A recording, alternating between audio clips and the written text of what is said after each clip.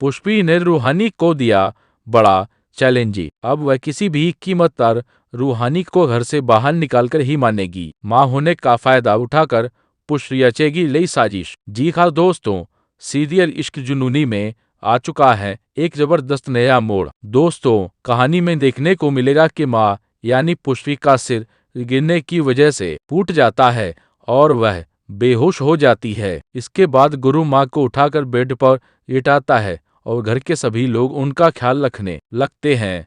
लेकिन असली ट्विस्ट तब आता है जब माल को होश आता है। दरअसल पुष्पी सिर्फ बेहोश होने का नाटक कर रही थी ताकि वह अपनी याददाश्त खोने का ड्रामा कर सके और इसी बहाने रूहानी को घर से निकलवा दे। जैसे ही उसे होश आता है, वह रूहानी को देखकर कहती है, ये लड़की कौन है, और उसे पहचानने से साफ इनकार कर देती है। पुष्पी का यह नाटक का काम भी कर जाता है। वह ऐसे डरने लगती है जैसे सच में उसकी याददाश्त चली गई हो।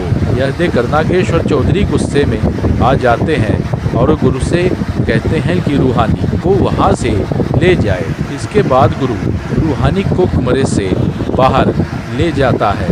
लेकिन दोस्तों, असली ट्विस्ट अभी बाकी है। अगली सुबह जब रूहानी पूजा करने जाती है, तब वह देखती है कि माँ उससे पहले ही पूजा कर रही होती है।